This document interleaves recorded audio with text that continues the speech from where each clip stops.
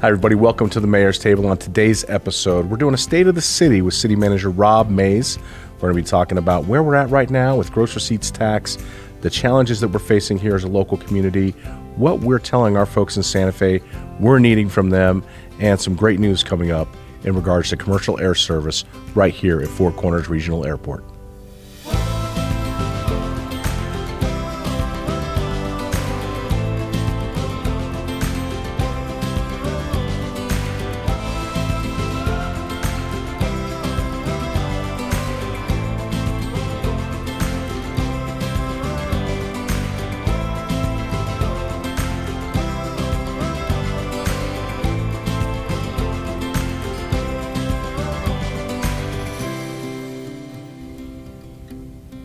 Hey everyone, welcome to the Mayor's Table. Farmington Mayor Nate Duckett, and with me today is a true friend of this community and certainly of our show, Rob Mays, City Manager, City of Farmington. Thanks for being here.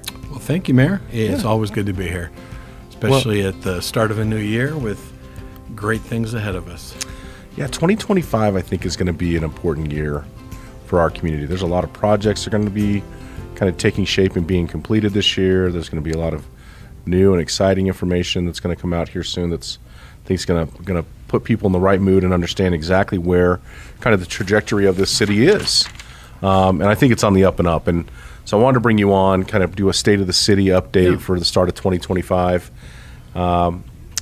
There's a lot of things we could reflect on in 24, but I'm interested in always looking forward because 24 was also another great year. It was.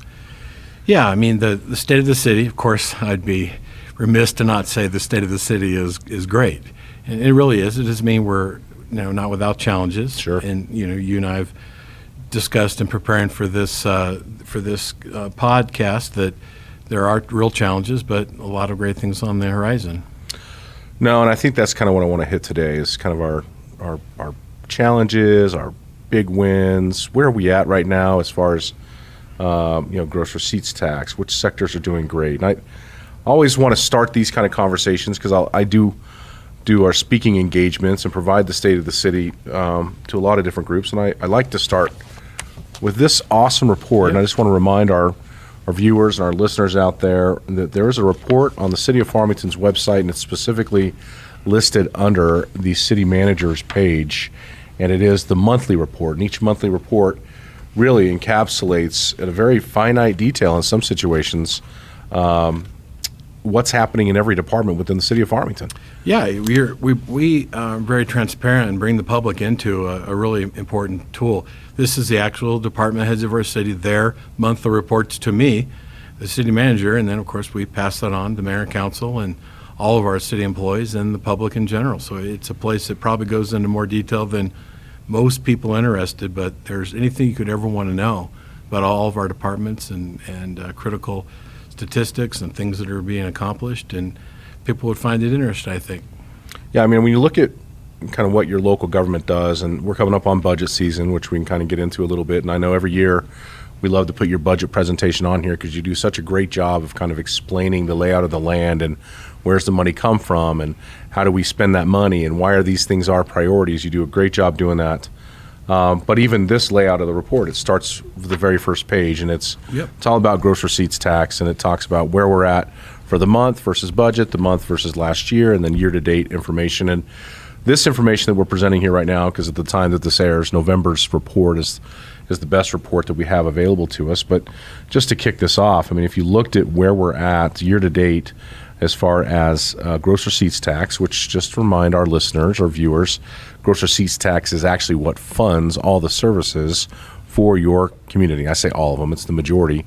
But from streets to parks to public safety, those things are taking shape at the registers. And so it's particularly relevant, I think, to people that are trying to measure how the economy is doing in our local community because, first of all, the data is only 60 days old. So it's really a real-time snapshot of what is happening out there in businesses, not just in the cash registers, but in how all the businesses are performing. So when you talk about the State of the City as measured by revenue, for one of the first times in a long time, I can say I'm going into this next budget cycle with not really dreading it because our growth in the GRT from 1 year ago has has in essence kept up with inflation. Yeah. So as we go into this year, so just to dive right into that, GRT today through, I actually have I just got the numbers through December. Okay. So GRT is 6.86%, so 7% above 1 year ago. So that's good year-over-year growth in the organic element of how, again, it's a snapshot, not just about how government's doing, because we only do as well as the private sector does. And well, I know you brought your budget presentation, and even looking at those, 35% of the businesses that actually pay GRT, kind of what those services and what those industries are that pay GRT. We know, just looking at this report, mining, oil and gas, construction, manufacturing, wholesale trade, retail, of course, for the city of Farmington is a very big one. Just looking at retail year to date, and this is through November, of course, is up 1.7%, but retail through November is $13 million of gross receipts tax. And of course, what's changed there, Rob, is that the state 3 years ago, began adding online sales gross receipts tax and actually putting it to the location where that sale takes place. So that's been very beneficial. Yeah, and like we still try to remind people to shop local and support the brick and mortar stores, but truly online shopping, if there had not been tax reform, was going to bankrupt municipalities across our state. So yes, we do get the GRT from that. And I think you might have just pointed out, but big surprise to me year over year, construction's up nearly 12% from a year ago. That's a top and we had leader. anticipated it would stay strong, but we didn't think it would stay quite that strong. So that sector. When you look at projects too that feed into construction, I mean, you've got, and people have seen around town, obviously, when you have a Latter-day Saints temple being built, there is money coming out of that for their construction taxes they have to pay. When Penny Hills Bridge Boulevard is being built, there is still gross receipts taxes being paid on the materials that are being used most people for realize, that. but the government actually does pay itself GRT for construction.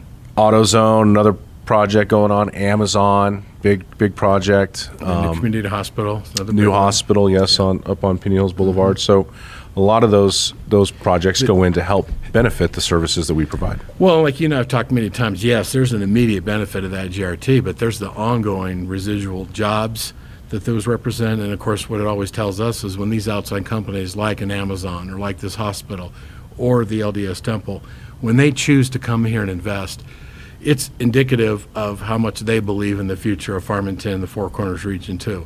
So all of our vision about our best days ahead of us are validated by very smart business people. Now, and I will say this, I mean, you and I have sat in some meetings here recently with home builders, multiple groups of home builders from across the United States who've come here. And I believe the last one we had, he made the comment that we believe Farmington's a place that's going to see an uptick in private investment, and we know that people are moving here, and we'd like to be involved in that. And when you start hearing those things from outside sources where there's private money involved, now granted, in the grand scheme of some of these home builders, there is federal dollars that subsidize some of the types of homes that they're building, but still, they're seeing the opportunity the same way I believe that you and I see the opportunity as well. Yeah. So yeah, GRT on that first page. I know there's a lot in this report.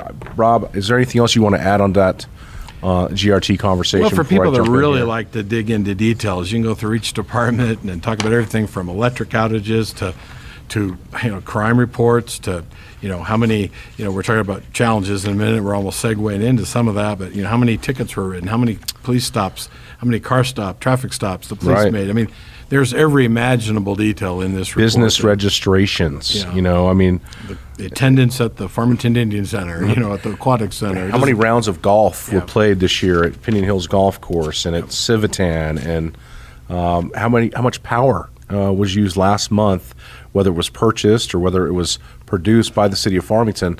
I mean, these things are all in here. Fire department, what kind of calls they go out on. People are always interested for me to tell them, 1,500 calls in the month of November for your fire department. Your police department is over 6,000 calls for service. And again, it's out there, it's transparent, it's available for people to look at. I guess we were about 5,600 calls last month.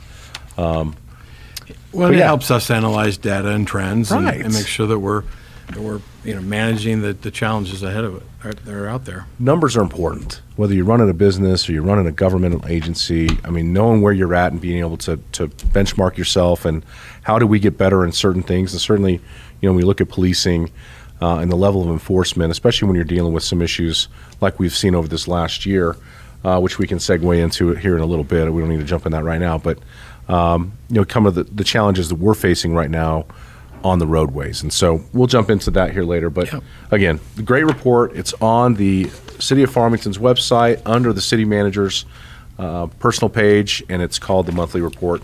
I would recommend people check it out. Yep. Well, Rob, I know this 2 weeks ago, when this airs, or a week and a half ago, we had a meeting with our state legislative body. The prior mayor's table to this episode was actually sit down with Representative Mark Duncan, Senator Bill Scher, talking about what they kind of see going to be happening in Santa Fe. We always take the opportunity and kind of put together a meeting, and this was a little breakfast meeting to talk about what the city's priorities are. So for available capital funding that might be presented to them while in Santa Fe. And I wonder if we can't just do a brief update for folks on the things that we're focused on. Sure. I mean, our biggest by far project is, we're deep into the Pinyon Hills Bridge project, and there is still, after nearly $40 million of funding, there's about a $6.5 million shortfall, or not shortfall, gap that we anticipated that we were been planning to get out of this legislative session. So that is by far our number one priority. Our legislative delegation knows that. And we've also been given indication from the state that statewide they're really looking to prioritize transportation infrastructure this year. So it's good timing for us. And then associated with that, the county's, at least one of their top requests is to fund their portion of the road, over $20 million. It picks up where we leave off and continues out to County Road 3,900 to 3,000, right? Yep. Yeah. So that's a big project for our area and our region. And, as we've said many times, that that's a generational project. It's an economic transformational project, and it's going to open up so much connectivity for economic development and quality of life for a lot of people. No, it's certainly been on the list for a long time, and we've got to get it fully funded. And I believe, based on what we're hearing from our representatives down there, that they would also agree that it's probably going to get fully funded. So that's great news. You can't have a half-built road. Yeah. Would make a whole lot of sense. And then other priorities that we have requests in, we always seek money for public safety, particularly vehicles, police cars, fire engine, and we've had good support from our state in funding infrastructure. We, of course, as has been talked about in this program, are removing our new police station, out to the Bloomfield Highway this year. That construction will start very, very soon. And there's one element of that still left to fund, and that's a new crime lab. So that's another component that we're seeking assistance, and that's a regional crime lab. And so we're hoping the state will see benefit to that. Other smaller issues, we're always looking to expand our technology in terms of our cameras out at the lake and on our trails and our parks. For our police department, expanding, their efforts with technology. We're always looking now to advance. We've got phase one of both of the museum project there done, and we're looking to expand that. And of course, trail work. We're always wanting to keep working on our trails. So a lot of good things for the state to choose from if the money's there. But by far, our priority is that $6.5 million for the bridge. That's one of the things I believe this organization's done really well, and that's put its best foot forward when it comes to trying to get those state and federal dollars to come in to help us with our projects or with our technology or fleet, things that we know we're going to need. I mean, people would be surprised to know how many miles we put on a police vehicle before it gets replaced. I mean, you got to replace your police vehicles. Yeah. And we target those grants. I mean, there are certain grants that can only be spent a certain way. So we either apply or we don't. The money's going to go somewhere. But our first priority is always to look for ways to not create new expenses to fund them, but to fund the things that we do at our core services. Hence why transportation infrastructure, utility infrastructure, police cars, fire engines, these are the things the local taxpayers would have to pay for no matter what. And so those are always our priorities. But of course, we've also, during these unprecedented times of federal funding flowing, we have been able to take great advantage of getting all kinds of grants for recreational facilities and parks and trails and so many other areas that, again, ultimately taxpayers are paying for those things, but if we don't apply for them, it'll just go somewhere else. So we've definitely, our community can rest assured we've gotten more than our fair share of those dollars that have flown from the federal government over the last 4 years. Absolutely. And I think a lot of New Mexico communities, probably similar to what we're presenting to our group, they're also looking for those dollars. But they've said it, there's an unprecedented amount of money that's flowing through Santa Fe right now, which has a lot to do with the success of our oil and gas industries throughout the state, which, looking at the gross receipts report, this one for the month of November was up 3.7%, but overall for the year was down just a little bit, at about 7% now. Of course, you're hearing things, I'm hearing things, that 2025 is going to be a much bigger year. But the way that they've kind of moved where those dollars flow to, as far as which public entities get the percentage of GRT associated with the oil and gas projects, a lot of that now will flow to the county as opposed to the city, even though a lot of these companies are actually inside the city of Farmington. But it creates jobs, it creates economic opportunities, and those are the kind of things we're looking for here in the area. One of the other conversations we had with our elected state leaders, and Chief Hebby, who was at the meeting, as well as the rest of our staff, actually, our department heads were all there to provide some context to our state leaders. Chief had mentioned a couple things that he's certainly paying attention to, and that's anything dealing with the catch and release policies of the states, this idea that we're constantly picking up the same individuals, taking them to jail, and instead of them waiting to stand trial or be seen by a judge, they are released back onto the street, where typically they're picked up again, and it's just this repeat, taxi cab type mentality with individuals who are causing problems for everyday citizens. So I hope that Santa Fe takes the time to bring in the individuals who are actually out there having to enforce the laws, and start listening to our Chiefs Association here in the state, because they are the ones who are dealing with it on a daily basis. Yeah, and we're really, it's interesting over this last year, our governor and other leaders have begun to see the importance of this and have challenged the legislature to be more serious. So it's we really would hope that our legislature would be responsive even to our governor wanting to get tougher on crime, and certainly we are in full cooperation with that. And pretrial release, all these that were violent criminals should be in jail, have been back on the street to commit crimes again. So it's both the nuisance crimes.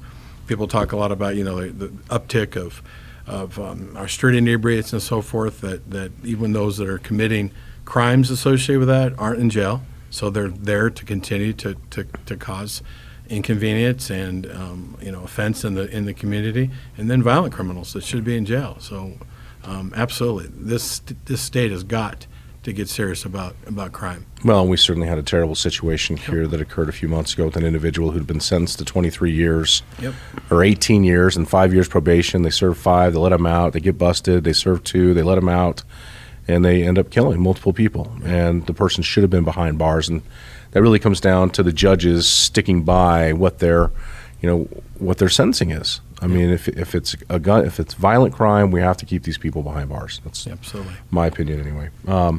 Those are challenges. I know the state hopefully will find a way to come together to address. I have a number of other issues that I would love for them to address, but specifically on how we deal with crime here in our communities, that's an important one.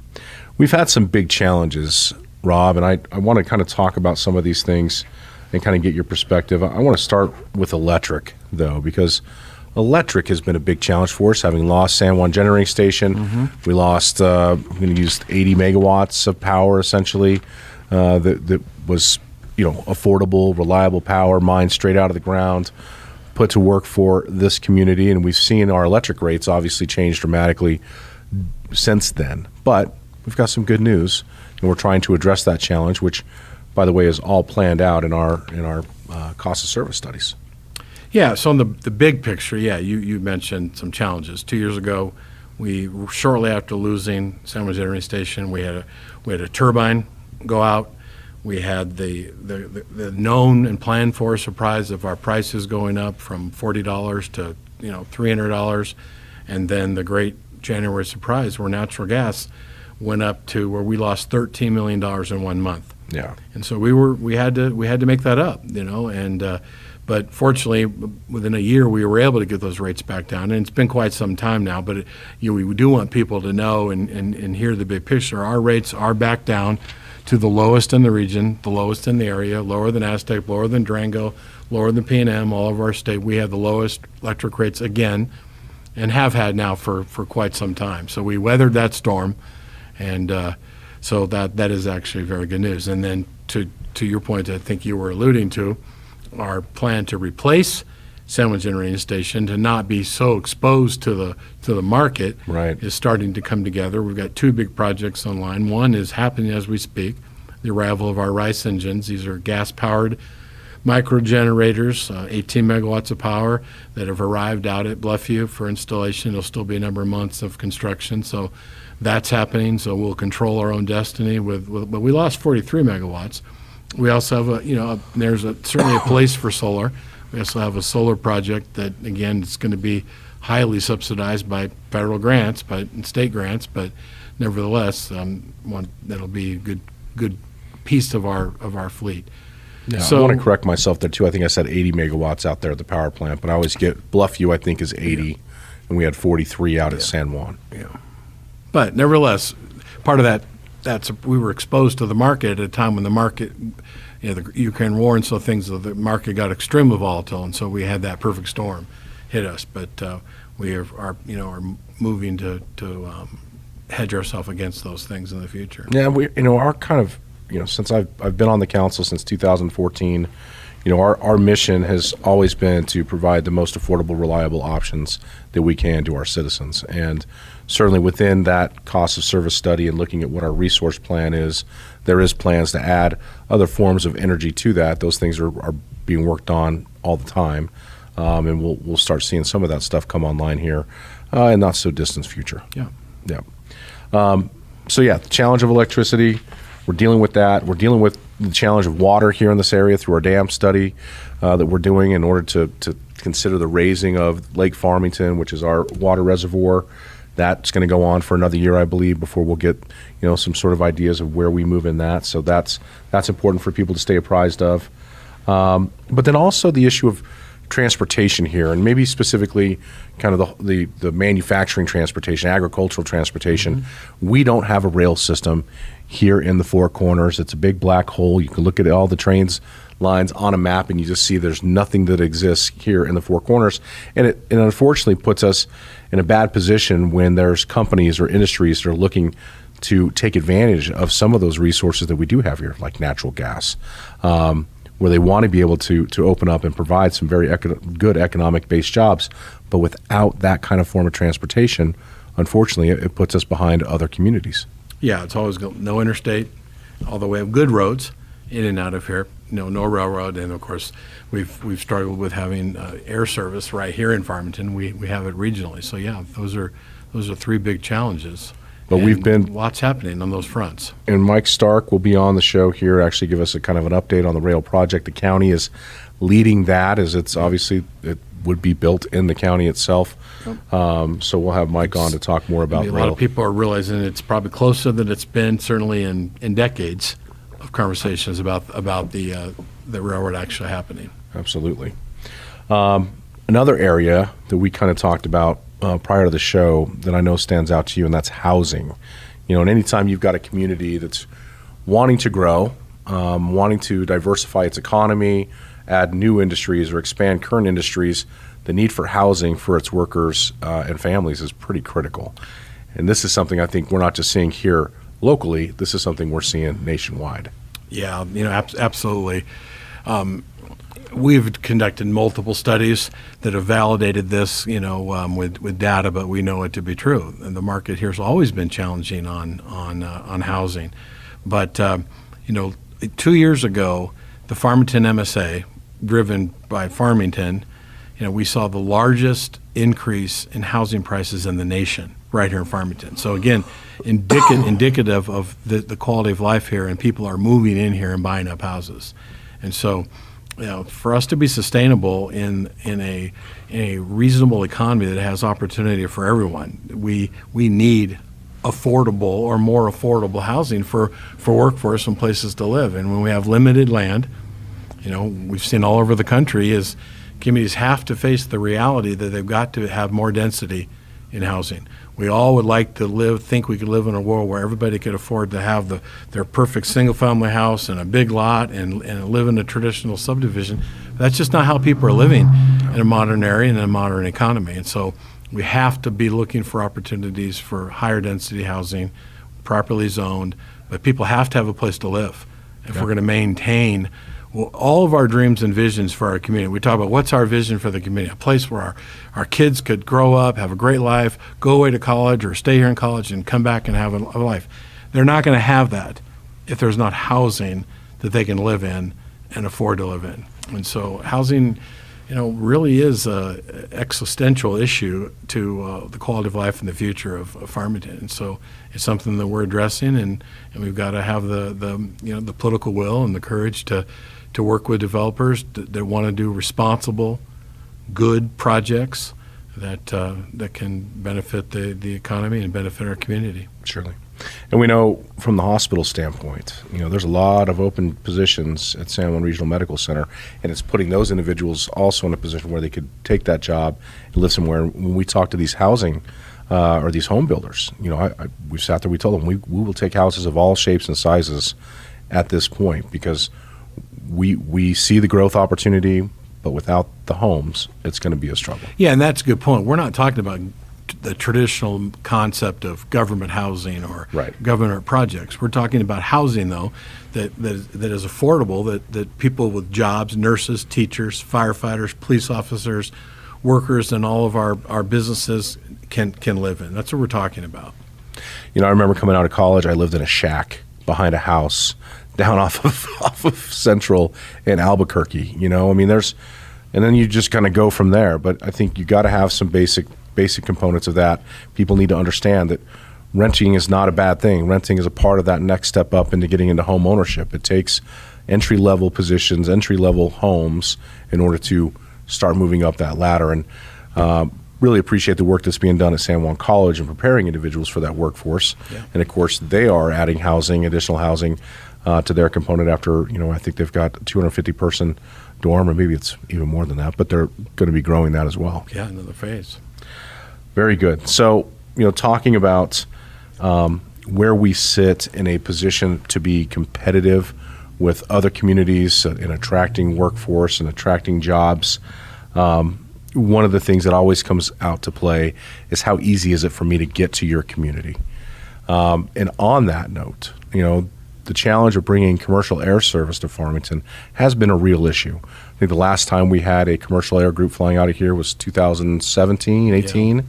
Yeah. Great Lakes Airlines, everybody remembers. Was Yeah, well, let me even back up before that, just to really to remind people, because we've had such an amazing history of aviation here that people remember, full-size jets flying into Farmington's airport. I've seen pictures. Yeah, and then as the laws changed and increased the safety margins of outside the need for the runways, the runway became all of a sudden too short to meet the newest standards.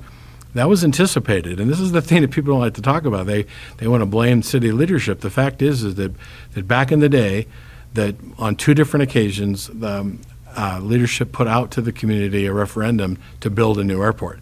And now, in hindsight, people look back and say, "Oh well, how did you ever let Durango get the big long runway?" Well, we let that happen by not having the foresight. Now, fortunately, that's one example of a community not having foresight. And it's hard, but there's lots of examples where this community has had foresight. We talk about like Farmington and so many things to have the water reserves we have and all those things that cost money, that it is hard to look ahead and say, even right now, you mentioned the dam study.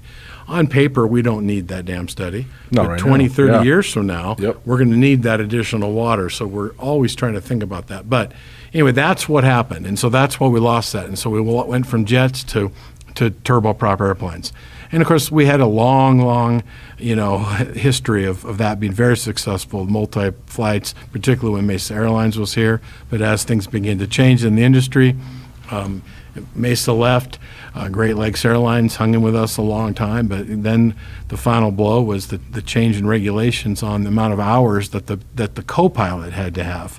So all of a sudden, all the majors sucked up all the pilots, and airlines like Great Lakes could not make it, and all over the country. Oh yeah. they pulled out. And so We were not alone. No, and you and I and Mike Lewis, who I know you're going to have on the show here in the future, have worked tirelessly, for years to try to get back service.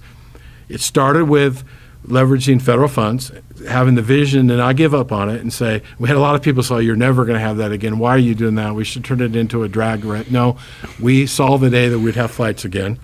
And we worked with the FAA over about a 4-year period to do all the upgrades needed to the runway, building the extensions so we had the length necessary, the upgrades to the terminal and TSA, all those things, anticipating the day that we would get jet service back so that we could fly small jets, regional jets, because regional jets don't have the same ability to take off in the high density altitude as the turboprops. So that's what can fly here. And so we have a few things have aligned now to where it may actually happen. And so, we've been working with SkyWest Airlines, with United Express to bring flights back to Denver. The state of New Mexico came up with funds to incentivize airlines to come and to bridge that gap to give them revenue guarantees. And SkyWest is interested, and it all looks like a green light, like it's going to happen, and we'll be back to having scheduled airline service out of Farmington Airport again as early as May. That's an incredible statement. SkyWest Airlines flying 50-seat Bombardier jets out of Four Corners Regional Airport when, I agree, people had reached the point where it's not that far to go to Durango. Look, I get it. But our market, and really what we've been trying to target in this, is that we've analyzed, and we've had our consultants tell us where are people spending their money from this entire region on airfare, and how many people are going to Albuquerque, how many people are going to Durango or Denver or other places to fly, and the demand is there. Yeah, the demand is there. That's the key. I travel to Albuquerque anytime I have to fly. Really, if I'm flying to Florida, for example, I will fly to Albuquerque to fly to Florida. I would much rather fly out of Farmington, where I don't pay for parking, and I can fly from Farmington to Denver, and from Denver I'll fly to Florida. You can get the whole world from Denver. Yeah. And it's not so much Farmington. The Four Corners region was stronger when we had both airlines. We want a Durango Airport and a Farmington Airport to thrive. It creates competition, and it suppresses the prices for everyone, so that we don't have to go to Albuquerque. Anybody in this region can look at those two airports. But the numbers are there, the passengers are there by far to support both airlines, and it'll be an economic boon for our whole region for sure. So in order for the city to take advantage of the funds being provided by the state, and people need to understand, most of these airline, when they're flying out of these smaller markets, they demand subsidy. And the EAS money, which comes from the federal Department of the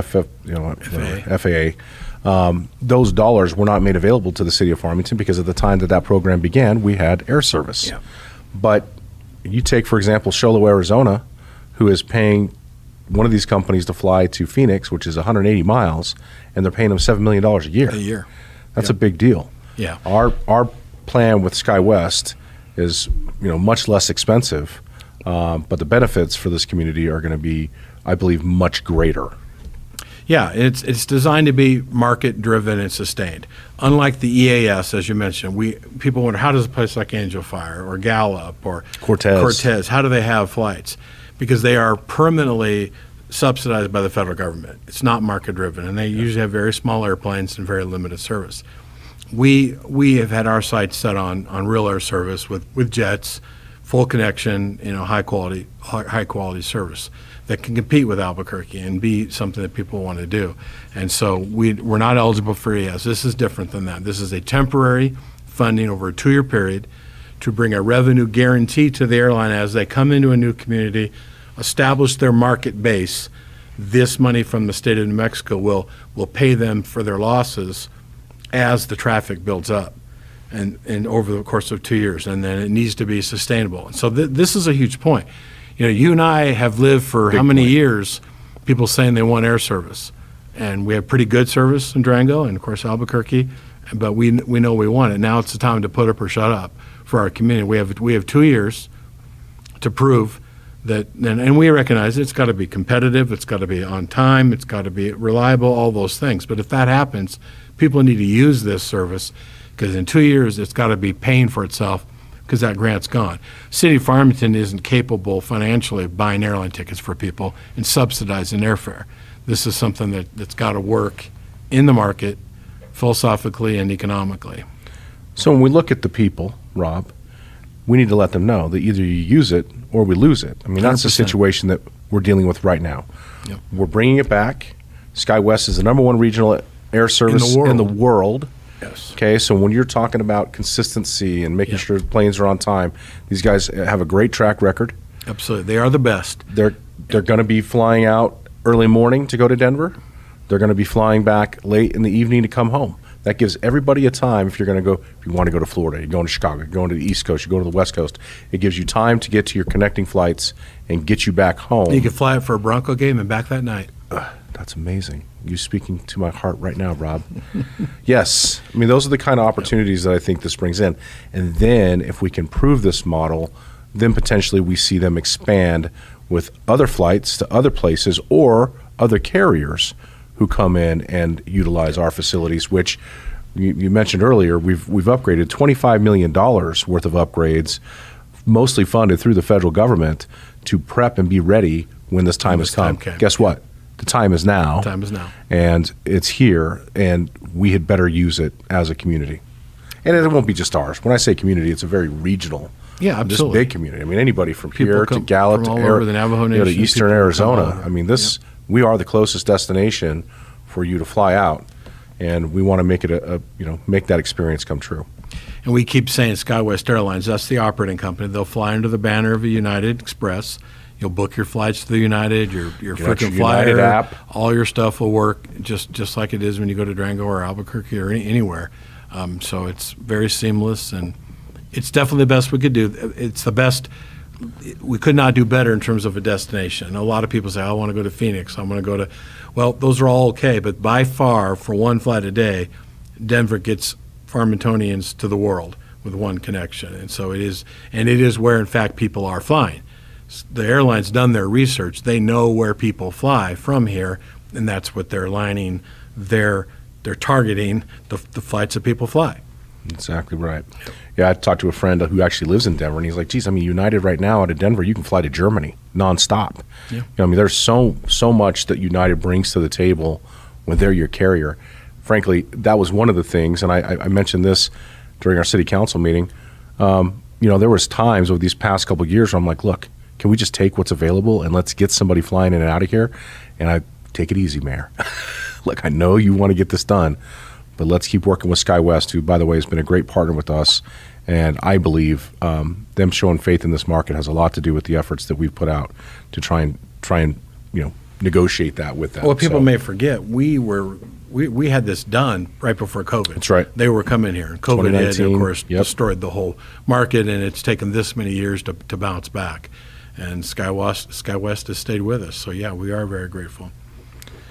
So another big challenge that we've talked about on the transportation front is both the perceived and real concerns with traffic and speeding in our community. And I think it's something that we ought to talk about here a little bit. No, I think so too. It's the #1 issue that's always brought up to me is roads. The cars that drive on those roads is probably the second most brought up issue. And we've reached a point, certainly over this last year, where we saw multiple traffic accidents leading to death in our community, that we've got to start having an honest conversation with ourselves on how we address this. Obviously, there's an enforcement side of it. There's only so many police officers that you can put on the street. And by the way, if you just look at the monthly report, just to give folks some idea of what type of activity was going on in November, we wrote 714 traffic citations. Yeah. It's 25 a day. And so what that proves is, and this has always been true, we have a staff traffic unit, but history is shown and data shows that it doesn't work. It only works while the cop is sitting right there. And in fact, as soon as the cop goes and makes a stop, people speed right back up. There's just a sense of there's not a fear of the police or getting a ticket. People are willing to gamble that they're going to get that. And so no amount of enforcement is going to show up. We've seen this time and time and place as we've done all kinds of blitzes and write tickets. As soon as we're gone, the speeding goes right back up. And this is also important to note. The city council has been very concerned about this. Several months ago, they did direct staff to do some very broad investigation on what's happening with speeding around the country. Is this just here? Is this happening in other places? What's out there, particularly with technology?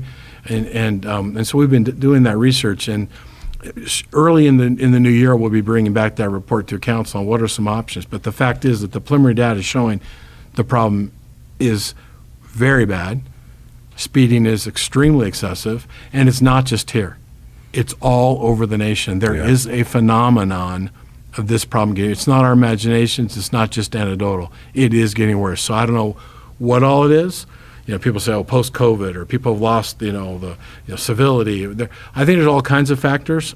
Technology is a factor. Certainly, people are distracted driving and so forth. But the fact is that I worry about my loved ones driving on our streets, and we do need to do something about it. And what many communities are taking a close look at is using technology. It doesn't matter how many cops you have. The fact is, you install radar cameras in your most extreme speeding areas, racing particularly areas. We have a huge problem with organized and unorganized racing in our streets. And they're very sophisticated. They listen to the scanner. These aren't easy problems to solve. No. And if we do arrest them, they'll be let out anyway. Right. So I really do think that as a community, we're going to have to take a hard look at adding technology into our toolbox if we're serious about slowing people down. And studies have shown you put in the cameras, guess what? You immediately see 40, 50, 60% reductions in overall speeds in your streets. So if we were to look at some of our worst areas, and that's what the data is being collected now. So this will be an empirical, non-emotional issue. It's not a political issue. It's not a R versus D issue. This is a safety issue. And the data is showing that their speeding is extreme, but we are identifying where it's at. And cameras put in those places, other places, it almost overnight. You tell people about these. You're not trying to trick people. It's not about revenue. The signs are up. You're going to go, if you choose to speed and race down East Main today, you're going to get a ticket. The camera's going to catch you. And so please choose not to. Right. That's what we're trying to do. And so this is something that I think will be a good, healthy conversation for our community to have, but I really think it's going to boil down to, as you say, as long as I've been at this now, it's been either the top or one of the top things that my elected officials, and get constantly bombarded from the community members. Well, you just look around at the different things that we have tried to do in different neighborhoods to slow people down. Whether it's the narrowing of the road on Sandalwood or the roundabout that we've put on Carlton. Yep. That we're trying to find methods that are, within our control to stop people from doing bad behavior. But the problem is people keep doing bad behavior. Non-punitive. And we've put up the radar blinking signs. Yes. We've added signage. So we've got all the things there that are for people that are accidentally speeding. Sure. What we have to address is the people who are willfully choosing to do it. Lining roadways, Villaview. Villaview is a constant area that we get complaints for folks who are just speeding up and down Villaview. I get it. It's straight, it's wide, and those kind of things lead people to speed more because these are all part of the study. So you line a road so that people feel like it's more narrow and they're paying more attention to the speeds that they're going. But I don't know how many times I'm driving through neighborhoods now waving my arm just to tell people to slow down, like pay attention to what you're doing. Yeah. I don't want to see anybody die on the roadways of Farmington. And I believe that's one of the most controllable things that we can do. If we're abiding by the speed limits, we're staying off of our phones, and we're paying attention to the people who are around us, we can drive safely here. I mean, that's the bottom line. But people have to make that decision. And unfortunately, we're at a space now, we're trying to find other solutions because the problem keeps growing. Yep. Because people are speeding, and because of speed, they are getting into accidents that are causing deaths. We don't want that. No. And by the way, I personally don't want to implement speed cameras, but I want to protect my community. And I believe that as an elected official and somebody who's here to speak on behalf of them, it's a loud enough issue that us considering this is certainly, it's worthwhile. It's worth the conversation, and I'm interested to hear what our constituents think about it. So that information will come out, I think, here probably a couple months. Probably February, early March, we'll be bringing back the reports and the studies, and then it'll be time for that conversation to happen. Yeah. And I think if it does happen, I think knowing that our council and you have always been very judicious. I think we'd start small. I'm assuming that we would put them in the worst and most extreme places, particularly the places where we have racing and consistent high speeds over the speed limit, and you attack the worst problems first. It's not a revenue driver. We just want people to slow down. And we're going to tell people about it, have warning periods if we do it. Signs will come up. You've seen them other places. You're entering a speed zone. Yeah. Slow down. If you choose to speed, you're choosing to get the ticket. So, yeah. Well, we talked to Chief Hebby about it, I believe, on the show here, and I certainly would just ask our community, be diligent when you're driving. Take matters into your own hands. Don't drink and drive. Don't drive distracted, and abide by the speed limit. These things are simple things to do. I can promise you, going down 50 on East Main Street in the afternoon is not necessarily going to get you to the other side of East Main Street any faster than somebody who's going 35, unless you decide to start running red lights. Right. And then I think part of it too, Rob, is we've implemented a really good system on East Main Street now where traffic actually flows a lot better. Yep. And I wonder if that doesn't lead to some of that speeding, but it doesn't matter. Regardless, I want people to get safely from point A to point B as efficiently and quickly as possible within the design speed limits. And the reason those speed limits exist is based upon the amount of traffic, the congestion, the number of businesses, the type of roadway that you're on, housing, schools, parks. All those things play into that. Yeah. That's why the speed limit exists. Yeah. So, and slow down and stay off your phones and stay in your lane. So the distracted driving can't thing, drive in their lanes going down Main Street anymore. The distracted driving issue, and we've talked about this, just you and I. Denver just recently passed. You cannot hold your phone in your hand. It can't be seen in your hand while driving. You will get pulled over. You will get ticketed. That's something we're looking at as far as what is the state current laws, because we do have state laws that say you're not supposed to text and do those things, but it doesn't say necessarily to hold your phone. Those are things we don't want to have to do. But unfortunately, the things that have transpired and the way people are driving, it's leading, unfortunately, to those moments where we're having to consider those things. I know we're belaboring this now, and you're going to talk more about it, but if we don't voluntarily do these things and stop, everybody pays, not only with life and safety, but in property loss and damage and costs and insurance. These are all, markets that we pay for the increased traffic accidents that we're having from people. No, it is. It's a social cost. Yeah. Absolutely is. Especially when you bring in insurance. It all becomes a big social cost. Yeah. So, again, challenges we're having here as a local community, challenges that I believe that we can overcome just by being smart and community-minded individuals who are respectful and responsible and considering those people around them. Rob, this is a lot of information on here. Yeah. We can go into a couple more if you want. Yeah. No, we're kind of back where we started. What's next on the agenda? The legislative session will be focusing on that. Sure. Then we move right into the budget session. We always like to invite people to pay attention. The city departments, we're starting our budget preparations now.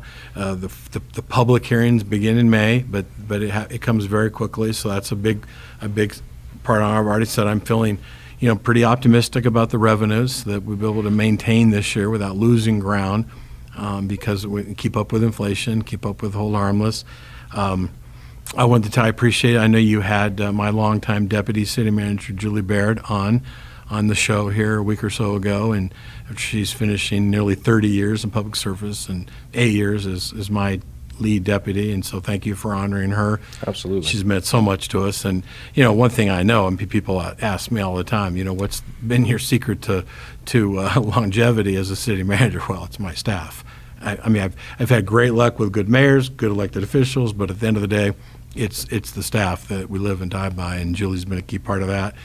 Shauna Reeves has been promoted to deputy city manager to replace Julie. We've got a couple big. We were always proactive and talking that we know retirement's come, and so we're very, very active in our planning. We've got we're out right now looking for a community development director, planning manager, and then David Cipher, who you've had on the show many times and will again after a long, great career with us, is going to be retiring at the end of this year. And the public works director is a very difficult position to fill. They're highly sought after out in the market, and so we're actually going to be starting in the next month to start that national search process, and so that we're well ready for that transition at the end of this year. So those are some things happening on the personnel level, but all of our community depends more on our department heads than they realize. So. Well, I'll tell you, when you sit at a city council meeting, you look out in the audience, and a lot of times it's filled with our directors and our managers who are out there. I'm just very appreciative of your leadership and the ability to promote individuals and hire individuals who fill those roles and really take up the vision and the mission that you have put forth for what we want this city to be. They're very constituent-minded. They are diligent. They're smart people who are looking at ways to be more efficient in the things that we do. And I truly believe they have the heart of the community in mind every day when they're out there working. So I think that's a key to how this city has been able to actually make it through some very difficult financial times.